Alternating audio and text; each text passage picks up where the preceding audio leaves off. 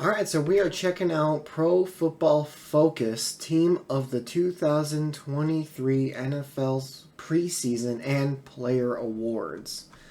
So they highlight three players here: Kenny Pickett from the Pittsburgh Steelers, Emir Smith Marset of the Kansas City Chiefs, and Nick Herbig from the Steelers again.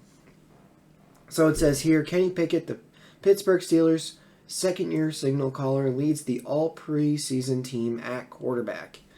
After lackluster stints with the Vikings and Bears, the third-year wideout had a huge preseason for the Kansas City Chiefs. And for Nick Herbig, another Steelers honoree. Herbig was the top-performing rookie this preseason. He is actually a nice player from Wisconsin. So now we're going to go through and we actually get to look at the team itself. So they do offense, defense, and special teams with awards. So we're going to talk about these guys, and I'll try to talk about them as much as I can, as much as my knowledge goes. Let's see. So we have Kenny Pickett, Pittsburgh Steelers at quarterback. Kenny was... sorry. I'm trying to get over a thing with my throat. I've been having a lot of dry, sore throat, dry mouth when I wake up in the morning, so I've been drinking massive amounts of water. It probably doesn't help that I'm recording a bunch and streaming and doing all that. So, Kenny, he had a great preseason. He was 13 of 15 for 199 yards and 2 touchdown passes, while the offense itself for the Pittsburgh Steelers on 5 drives got 5 touchdowns. So it was 2 passing by Kenny Pickett. Jalen Warren got a rushing.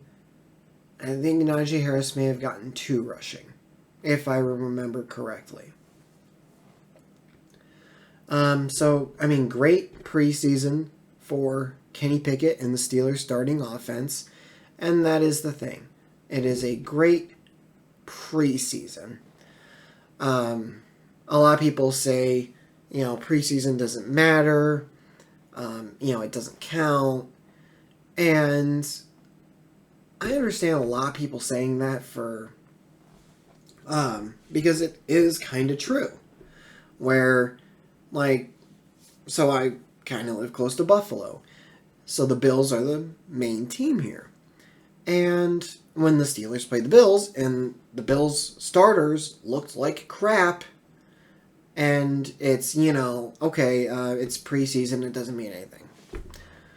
Right, but what I don't want to hear then the following week when the Bills take on the Bears, and how much better the starting offense looked. And it's like, yep, we are back on track. No, but I thought it didn't matter. So to a lot of people, it doesn't matter when your team's doing bad, but then it matters when your team does good. So I do acknowledge it's preseason, it's hard to take stuff from it. So here's what I will say, is that preseason, a lot of people say it doesn't matter at all. I won't say that. Yes, it doesn't count, but I'm not going to say it doesn't matter. And by that, I mean that preseason can be, isn't always, but it can be an indication of how your team will perform during the season. And I'm going to give just a couple examples here to go for both ways. Is that the 2 teams to go 0-16, the Cleveland Browns and the Detroit Lions, the years they did it, they went 4-0 in the preseason when we still had 4 preseason games. So they went undefeated in the preseason and then didn't win a single game. And then you have the Patriots when they went undefeated in the regular season and made it to the Super Bowl but lost to the Giants. I'm fairly certain that they went undefeated in the preseason. So, just because you have a bad preseason doesn't mean you'll have a bad season, but just because you have a good preseason doesn't mean you're going to have a good season. But all I'm saying is that it can be an indicator of what's to come. And I have more ability to talk about the Steelers in this lineup because I see a couple more. Emmanuel Wilson, Green Bay Packers. If I remember correctly, this is the guy, I think he's a rookie, and he rushed for like 130 yards or something like that, and like 2 touchdowns. Like, he had a phenomenal game, either week 1 or week 2 of the preseason.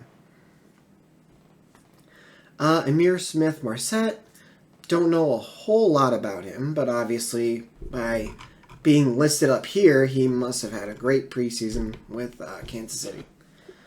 Elijah Cooks, Jacksonville Jaguars. I think Jacksonville's going to be a very good team this year. They're my team to make it to the Super Bowl. Now, obviously, if being so close to Buffalo, if Buffalo makes it to the Super Bowl, fantastic. If my Steelers make it to the Super Bowl, even better. But if I had, someone gave me $5, $10, said, here, I want you to take this, and I want you to bet on a team to win the Super Bowl. And just to give this person my own personal opinion on who I think will give him the return on investment, it's the Jacksonville Jaguars. So with that, it's hard because I'm not a Jacksonville fan, so it's hard for me to know what Elijah Cooks did. I haven't heard anything. Like, Emmanuel Wilson, I heard about because he had the monster game. Elijah, I haven't heard anything. Connor Hayward, Pittsburgh Steelers. He's just kind of an all-around football player. Because he's a very small tight end. He's about 6 feet tall and he weighs about 230. So, but he's going to probably be definitely be behind Pat Freiermuth, but he's probably also going to be behind Darnell Washington. Darnell Washington being the rookie from Georgia that the Steelers drafted in the 3rd round. And, he can also play fullback as well. So he's kind of just that, hybrid, kind of plays all over the place. Let's see. Wide receiver Austin Watkins. I actually heard about this guy. And what he was doing as well. So he had a nice preseason. Obviously, he was on this list. I think he's also a returner, if I'm thinking of this right person here. But, good preseason for the Browns. And, if he made the roster, I don't know if he did or not. But if he made the roster, it's a nice, I guess, depth piece for Cleveland. Offensive line, I'm not going to pay too much close attention to because it's the offensive line. But we have Larry Borum, John Simpson, Luke Weipler, Will Hernandez, and Cole Van Lennon. Out of all of these guys, I've only heard of Will Hernandez. But, I mean, it doesn't thrill me that the Ravens and the Browns both had a guy in here, and the Browns also had a wide receiver. So, it's, it's whatever, whether these guys end up being depth or starters, I couldn't tell you. Alright, another Jag, though, Jeremiah Ledbetter. He's a defensive lineman. Again, didn't really watch Jacksonville's games. I did see a pass from Trevor Lawrence to Calvin Ridley. By the way, I think that's going to be one of the best duos in the NFL as far as quarterback and wide receiver. And who knows? If you guys play fantasy football, it may be a good idea to pick both of those guys up. the one thing I would probably say to be maybe careful about is the fact that Calvin Ridley didn't play football last year. So if you do draft him, be patient. He'll pick it up as he goes if he starts slow. Sheldon Dane, Minnesota Vikings. The name sounds familiar. I feel like he's been on multiple teams. Kingsley and Egbare. I know he is a young player. He might have been a rookie last year if I remember correctly. So he had a good preseason, it turns out, and Green Bay has such a good defense. They have a good defense, they have a good offensive line, they have some nice weapons, good running backs. If Jordan Love can play, Green Bay has a real shot at still winning the NFC North, even though they got rid of Aaron Rodgers. Nick Herbig, Pittsburgh Steelers. 4th round pick out of Wisconsin. Even before he got drafted, TJ Watt was still kind of teaching him some stuff. I think he had 3.5 sacks this preseason, if I remember correctly. 3.5 sacks. He had forced the fumble against the Bills. And it was cool because the tackle kind of like pushed him down and he got so low. His knee almost touched the ground. It didn't, though. But then he came right back up and boom, hit. I hope I'm staying in view. If not, I do apologize. I can try. Okay, let's see if that helps at all. But like his dip that he had when the tackle pushed him down, the Steelers got a really, really, really nice outside linebacker with him. And the thing is, people thought he was small. You know, you're too small to play outside linebacker. Okay. James Harrison was 6 feet tall, so what? J.J. Russell, Tampa Bay Bucks. I have no information on J.J. Russell. Malcolm Rodriguez, Detroit Lions, a linebacker. Detroit, I said before Aaron Rodgers even got traded when the regular season was over, that the Detroit Lions had a great shot at winning the division. This was before Aaron left, like I said. This was before Dalvin Cook left Minnesota. Now, granted, this was also before Chicago traded the number 1 pick. But, like, I have faith in Detroit. I do. And I still think that they could win the division. Because they did very, very well towards the end of the season, much like the Steelers did. Brandon Echols, New York Jets. That name does sound familiar. I'm just trying to remember why. I don't know, maybe the Hall of Fame game or what, but Brandon Echols does sound familiar. I mean, the Jets, they're going to have a great defense. They are. That's one of the defenses in, fantasy football where I could consider picking it up. Another defense I would consider picking up is the Philadelphia Eagles, and that is Eli Ricks. Eli Ricks, I believe, was an undrafted corner, and he just absolutely balled out to get a spot on the roster. So they got Darius Slay, James Bradbury. I think they still have Avonte Maddox manning the slot. They got Ricks. They got, who's the corner from Georgia that they took? Because if you played defense in Georgia, you know, for the Bulldogs, you're going to get drafted by the Eagles, apparently. Between Davis and Nolan and N'Kobe, and like, it is nuts what they did. Carter as well. Apparently, if you've played defense for Georgia, you can play for the Eagles. Tyson Anderson from the Cincinnati Bengals. I know that Jesse Bates left in free agency to go down to Atlanta. They either let go or cut Von Bell as well. So they do have that safety that they drafted last year to come in, but you lost both your starting safeties. So maybe Tyson Anderson could be the guy to fill the other safety role. I don't know. Dane Cruikshank. I heard about him from the New York Jets. This Jets defense is going to be good. It is. And flex is cornerback Stephon Gilmore from the Detroit Lions. Yes, that is indeed Stephon Gilmore's little brother. Detroit Lions, again. So, I kind of wanted him a little bit during the draft.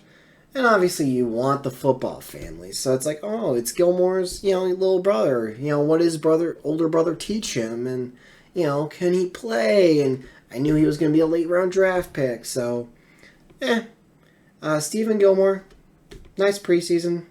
Go do something for the Lions. Kicker, Daniel Carlson. I'm not even going to bother talking about Daniel because everyone knows who Daniel Carlson is.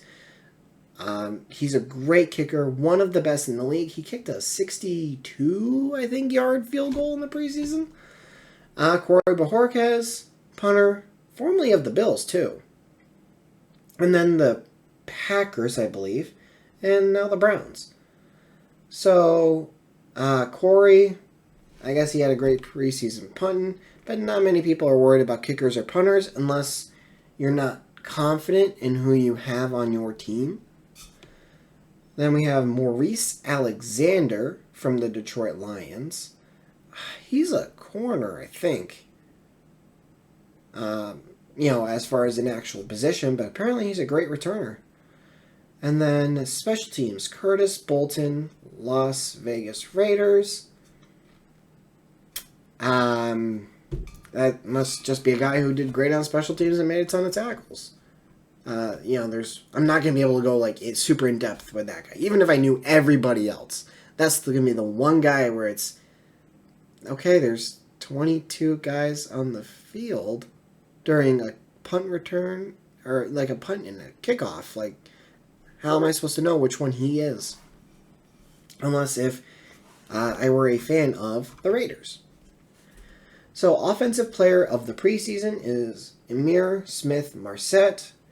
So he had a phenomenal preseason for the Chiefs, finishing second in the league with 195 receiving yards across 3 preseason games this August.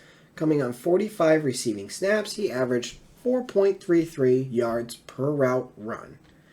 Defensive player of the preseason is safety Tyson Anderson. So he finished the preseason with a 91.7 PFF coverage grade, primarily driven by his performance in the Bengals opener. He recorded 2 interceptions against the Packers in that first contest, one of which he returned for a touchdown.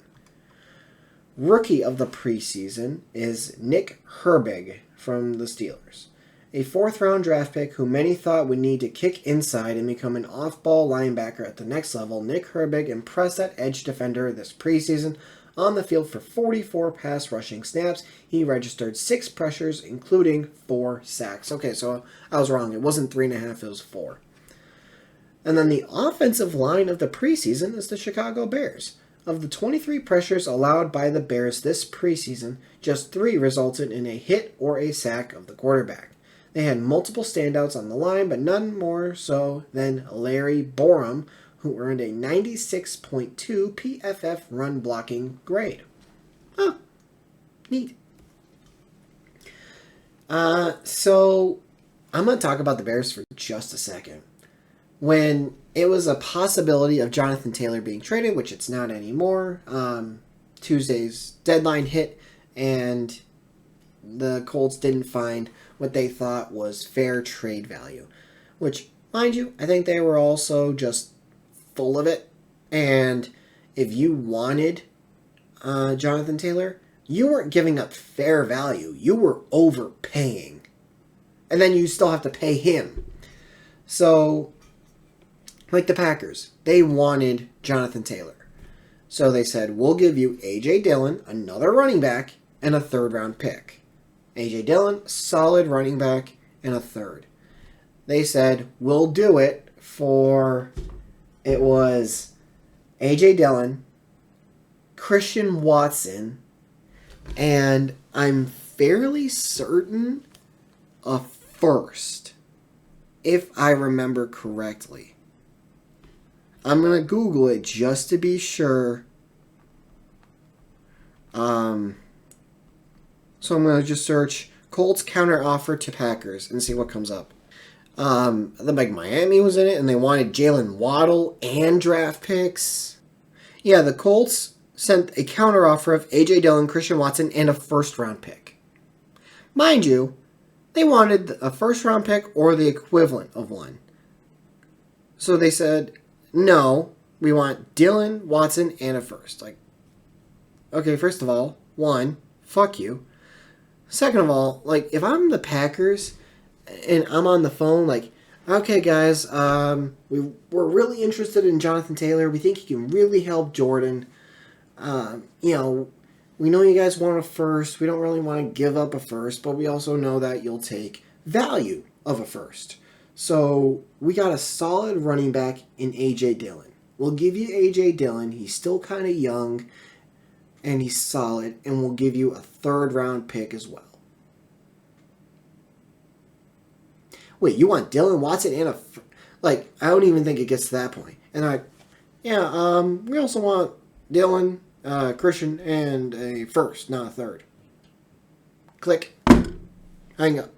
Right there. Just don't even say no. Hang up. Because if they're going to ask for all of that, they're being unreasonable.